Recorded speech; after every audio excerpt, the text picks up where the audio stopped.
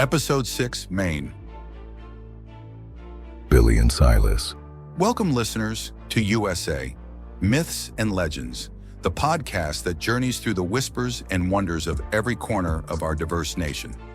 Today, we delve into the rugged, beautiful heart of Maine, where the ancient woods hold secrets as deep as the lakes. All right, gather closer, folks.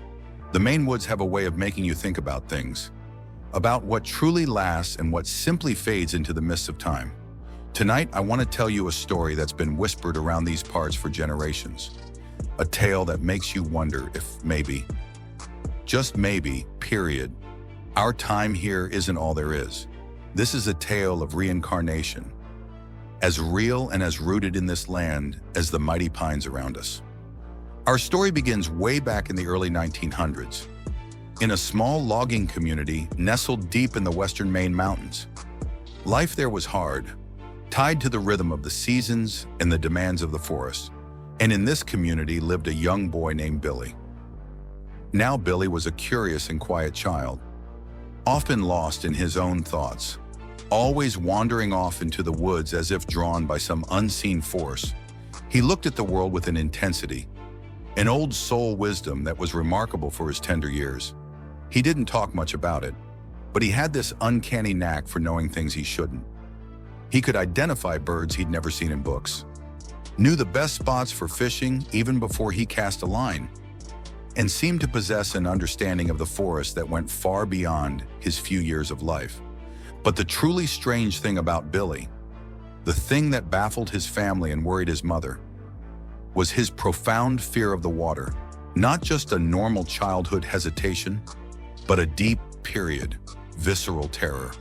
If you even tried to get him near a lake or a flowing river, he'd break out in a cold sweat, his eyes wide with unadulterated panic. He couldn't explain it, only that the sight and sound of open water filled him with an overwhelming sense of dread, a feeling of suffocation that he couldn't shake. One sweltering summer day, when Billy was about 10 years old, his family took a rare trip down to the coast, something they rarely did. As the mountains were their home, they were visiting a relative in a small or weathered fishing village, not too far from where we are now. Everyone else was excited about seeing the vast expanse of the ocean. But Billy was withdrawn, his usual quietness replaced by a palpable anxiety that clung to him like the humid air. The first time he saw the vast, shimmering expanse of the Atlantic, something profound shifted in him. It wasn't just fear anymore.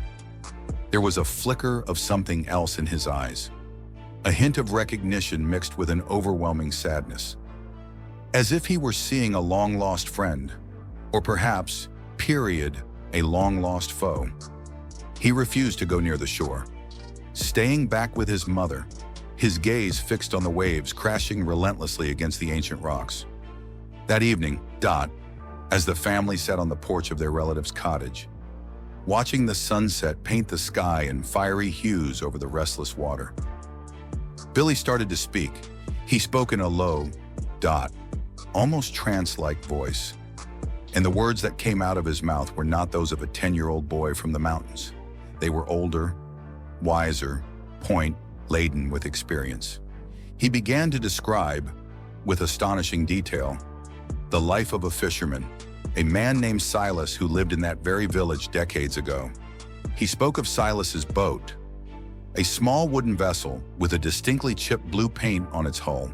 He described the biting feeling of the salt spray on his face, the rhythmic pull of the heavy fishing nets, the rough but comforting camaraderie of the other fishermen as they worked the unforgiving sea. He even recounted a terrible storm, a ferocious nor'easter that came out of nowhere, tossing their boats like fragile toys on a churning ocean. Then, his voice choked with raw emotion, Billy described the horrifying moment the storm capsized Silas's boat. He talked about the bone-chilling cold, the sudden, enveloping darkness, the terrifying feeling of being dragged down into the icy, crushing depths. He spoke of his last breath, the fading light above, and the overwhelming, suffocating pressure of the water all around him. His family listened in stunned, horrified silence, their blood running cold. They knew nothing of a fisherman named Silas. They had only come to this village that very day. How could Billy, this quiet boy from the mountains, know such intimate, historical details? You know, hearing that story about Billy and Silas, it reminds me of something my grandmother used to say. She grew up in a small coastal town, not far from here actually, and she always had this peculiar fear of open water too. Despite living right by the sea her whole life, she swore she could feel the pull of the currents, even when she was just standing on the beach. She never really explained it, but she'd often say, "The ocean remembers, and sometimes so do we." It makes you wonder, doesn't it, if some echoes of the past can truly linger. Indeed it does. Over the next few days, Billy continued to recall pieces of Silas's life, as if fragments of a forgotten dream with new, startling revelations. He knew the names of Silas's wife and children, the peculiar creak of the third step on his cottage porch, and even the precise location of a hidden fishing spot, a secret known only to Silas and one or two other trusted companions.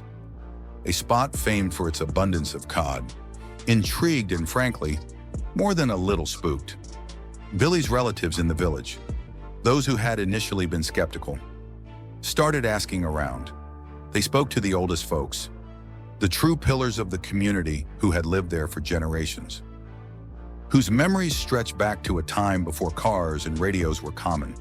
They sought out dusty old town records, fishing logs, and even consulted with the local historical society, a small but dedicated group who meticulously preserved the village's past, and what they discovered sent shivers down their spines.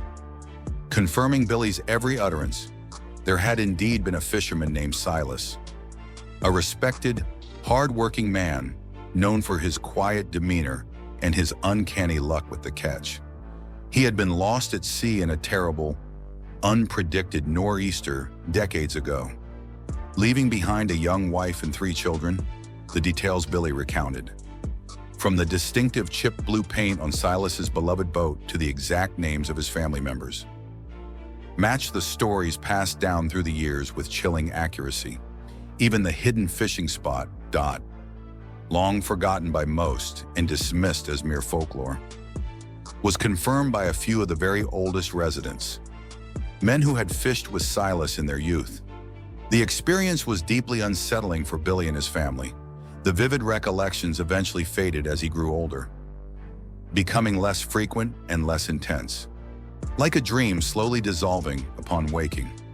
Yet, his profound fear of deep water remained a constant, an indelible mark left by a life lived and lost in the unforgiving ocean. He went on to live a full life in the serene Maine mountains he loved, far from the tumultuous ocean that held the powerful echoes of a past life. He became a skilled logger, a man deeply connected to the land, always carrying a quiet wisdom in his eyes, a wisdom born from experiences far beyond his own. But the story of Billy and Silas, this incredible tale from the heart of Maine, is a powerful reminder that perhaps the threads of our lives are woven together in ways we can't fully comprehend. Maybe the experiences, the joys, and the fears of those who came before us can leave an indelible imprint on our souls. A whisper of a life lived long ago, a connection to the past that transcends time itself. It challenges our understanding of life and death, of memory and consciousness, and suggests that the human spirit might be far more enduring than we ever imagined. So as you sit here under the vast Maine sky, listening to the rustling leaves and the comforting, crackling fire, think about Billy and think about Silas and wonder, just for a moment, about the journeys our souls might have taken before we arrived here, under these very stars. It's a thought that can make a cold night feel a little less lonely, and maybe just a little more mysterious. Join us again tomorrow on USA. Myths and legends as we continue our journey through the Pine Tree State. Tomorrow we'll uncover another chilling legend that has haunted Maine for centuries. Don't miss it. Until then, sleep well and keep an ear out for the whispers in the wind.